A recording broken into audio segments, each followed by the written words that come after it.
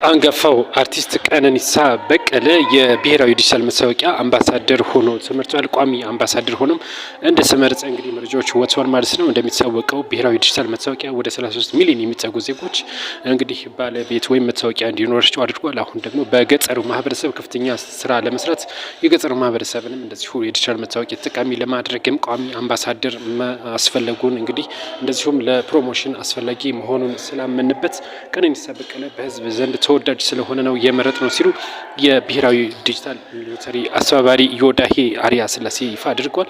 እንግዲህ እዚህ እንደ አስተባባሪ ከሆነ ቀነኒሳ በቀለ በህዝብ ዘንድ ተቀባይነት ያለው ታዋቂ አትሌታችን ነው። እናም እሱን እንግዲህ ብራንድ አምባሳደር መምረጣችን ለእኛ ክብር ይሰማናል ሲሉ ገልጸዋል። ቀነኒሳ በቀለም እንደዚሁ እንግዲህ ለዚህ ክብር ለዚህም ይህንንም እንዳስተዋውቅና እንደዚሁም ደግሞ ኃላፊነት ስለተጣለብኝ አመሰግናችኋለሁ። እኔም አብሬ ለመስራት እንግዲህ ያቅሜን እሞክራለሁ እጥራለሁ ሲልም ገልጿል ማለት ነው። እዚህ ቀነኒሳ በቀለ የብሔራዊ ዲጂታል መታወቂያ አምባሳደር ሆኖ ተመርጧል።